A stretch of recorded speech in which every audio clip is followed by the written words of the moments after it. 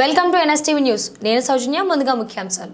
తెలంగాణ రాష్ట్రం కరీంనగర్ జిల్లా హుజూరాబాద్ నియోజకవర్గంలో వైన్స్ లో గ్రామ మద్యం షాపులలో విచ్చలవిడిగా వడ్ల కుప్పలుగా మద్యం సీసాలు కనబడుతున్నాయి. యువత ముందుగా అనారోగ్య పాలు అవుతున్నారు. అత్యధికంగా మద్యం తాగి రోడ్డు ప్రమాదాలకు గురవుతున్నారు. మరికొందరు పూర్తిగా వికలాంగులుగా మారి మంచానికి పరిమితం అవుతున్నారు.